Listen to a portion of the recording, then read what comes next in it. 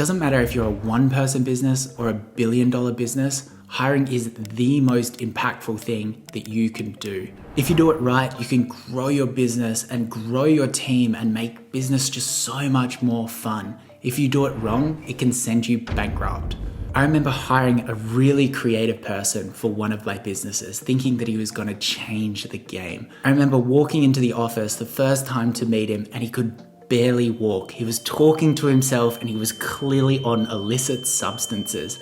I immediately realized that I'd made a mistake. You see, even when you're really experienced at hiring, it is really, really difficult. Contrast this to some amazing people that I've hired that completely transformed my businesses and taught me so much. In this video, I'm going to cover a guaranteed formula to get the best out of your hiring process. I'm going to teach you how to make your first good hire. So the first step is recognizing, are you ready to hire someone? The questions you should be asking yourself is, are you profitable? If you're not profitable, chances are you can't afford to hire anyone. You're going to put your business out of cash. The second thing is, are you missing out on high leverage activities because you're too busy elsewhere?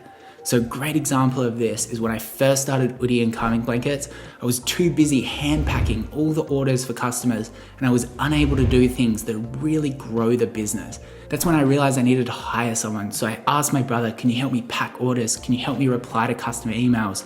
Allowing me to focus on Facebook and marketing. The third requirement, if you're not just looking for your first hire and you've got a few people already, is that you might want to ask yourself, is there a skill gap within my business that I need to hire for this? We were really struggling holding our 3PLs, so our warehouses, accountable for shipping product, and we managed to find someone that had already worked at one of these warehouses to completely transform our process and really give them what they needed. We had nobody existing in our business that could understand how 3PLs functioned, so we needed to hire externally to get those skills. So once you've identified that you actually need someone, the next step is knowing who you need. Now, before I go any further, I do want to mention that I'm finally starting mentoring for brands that are doing over $1 million in sales. No, it's not a packaged PDF. This is called Daily Mentor. We are jumping on daily calls with other 9-figure entrepreneurs, Facebook media buyers, amazing merchandise planners to give $1 million brands the boost that they need to get to 10 million and even $100 million in revenue. If you're interested, click in the link. All right, back to it. You see, roles generally fall into a few different departments. You've got marketing, operations, finance, and HR. There's also other departments such as like customer service, IT, legal. They sometimes fall under those departments. You need to know this because this is going to help you understand who you need to hire. Now, if you're a one-person business looking to make your first hire, the main thing that I would recommend doing is writing down every single thing that you do in a week. I schedule meetings, I reply to customer service tickets, I pack orders, just everything you can think of. Then you're going to separate them into high impact and low impact. High impact are things that really, really grow the business. Low impact things are less so. A lot of people with their first hire want to hire things that they aren't good at. But my theory with this is if you are the founder and you're a driven person, is that you are always going to be the best person in the early stages to do the high impact task. Why? Because you just care more. It is your responsibility to learn this high impact task so that you are unbeatable at it. Because in the future, you're going to need to manage those people in those high impact roles. Marketing is a great example of this. You can't just outsource marketing and have no knowledge as a founder.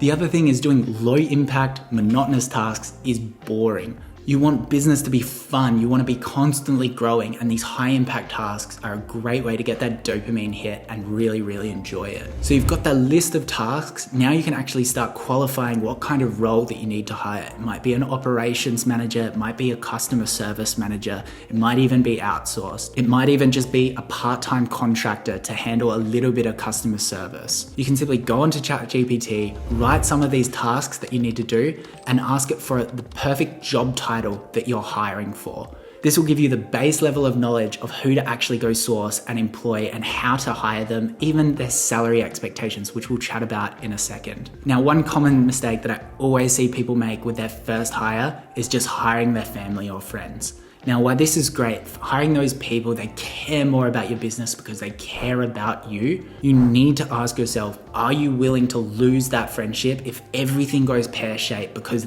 there is a non-zero chance that this is possible. Another common problem with this approach is that you're getting no external expertise, because chances are your family and friends don't actually have that expertise from past roles and they're just learning it as they go, which is okay. You really do want generalists initially, the people that you can just throw into any subject and they'll learn it and they'll get it done, because there's so many small things that need to be done. And then you hire specialists eventually, but you can still achieve that by not hiring family or friends and really just running a proper interview process. You're gonna learn and grow from that as well. So this brings us to the biggest hack that even the billion-dollar companies use for hiring. You're just trying to find someone that has done exactly what you are wanting to do. They're just a little bit further. They were part of that process. So if you're doing $100,000 of revenue and you're a fashion e-commerce brand and you're trying to figure out how to scale your customer service, you're looking for someone that has just done that for another fashion brand on e-commerce. They'll know all of the systems and the processes, all the tools to set up, how to set up macros. All of that knowledge will come across from their past experience. To find these people, all you need to do is go onto LinkedIn, write a bunch of brands that are in kind of a similar niche, but they can't be absolutely enormous because businesses have different ways of functioning. And you're just gonna outreach onto LinkedIn. You're gonna send them a message, hey, I would love to get a coffee and tell you about something exciting that we've got coming up with this brand. The difficulty here is that people don't know you and they're scared about their salary security. You really need to sell them on the vision, and you really need to be confident that you can afford them and set them up for success in their role. Some businesses, to attract great talent early on when things are just getting started, can use something like a profit share or even an ESOP, which is an employee program where they get shares in the company. However, I don't recommend that if you're just getting started and making your first hire, because it's quite technical and there's a bit of legal things to jump through. Now, a very common thing that a lot of businesses do initially is hire just agencies or consultants and outsource all of their work. Typically, when people say outsourced in the early stages of business, they're talking about someone from the Philippines that has a bit of experience in the role that you can manage closely. The appeals of this are obvious, that it's very, very affordable. I really like you to think about this before hiring. You've got to think about the golden triangle. You've got price, quality, and time. If you have no time, like me when I was the founder of Oodie and I was just scaling so quickly, but you still need a really good quality amount of work done, then chances are you're better off spending more price, so you're spending more on local employees and really building the brand. Whereas if you don't have much budget and you have a bit of time to manage an outsourced person, chances are you can get the right amount of quality from them. A rule of thumb is that you can't actually achieve all three things in the golden triangle. I personally love hiring employees in Australia because we usually grow really quickly and we want to keep that quality high. However, that being said, I have some amazing people in the Philippines for things like customer service, graphic design that really have progressed in their career. So there's no one exactly right way. You just need to figure out what you like and you can do a bit of a hybrid of both. The other thing to consider when thinking about outsourcing versus hiring locally is how much do you want to learn from the person? I started in the SaaS industry, I started building some Shopify apps, and I was using completely outsourced developers. And I found that I just learned nothing about software, and my learning curve was really slow. It was only until I hired a really great developer in Australia did I get to learn heaps about the industry, because he was explaining things about the code base and ways to optimize workflows. And I think this really comes down to ease of communication. The closer you are to the person, the more you're going to learn. One thing to consider here as well though, is when you're hiring a full-time employee, in Australia, they have a lot of employee rights that you really need to understand. Otherwise you can get in a lot of legal trouble.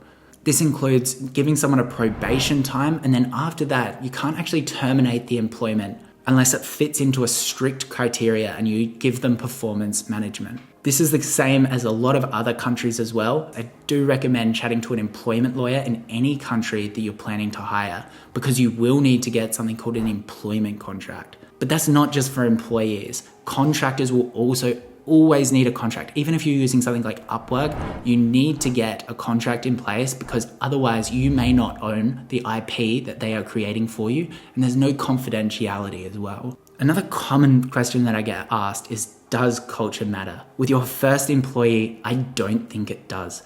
Culture is all about how your employees act when they're not being managed and how the company behaves overall. When you're so small, you're literally sitting next to the person and you know everything. You're able to work together and really just instill a culture between you. But eventually when you become bigger, culture is so important. So it is worth considering, but don't pass on a qualified applicant that's willing to work hard and has the skills that you need in the early stages just for culture. My final thought is, don't just consider hiring as an expense. Each employee can be assigned to a certain amount of revenue gain that your business gets. So make sure you can correlate those two things and enjoy the process. Hire slowly at first. Make sure as soon as you put the person in the role, they're set up for success and they're going great before you hire the next person so you don't grow too quickly. Don't forget to like and subscribe. Thanks.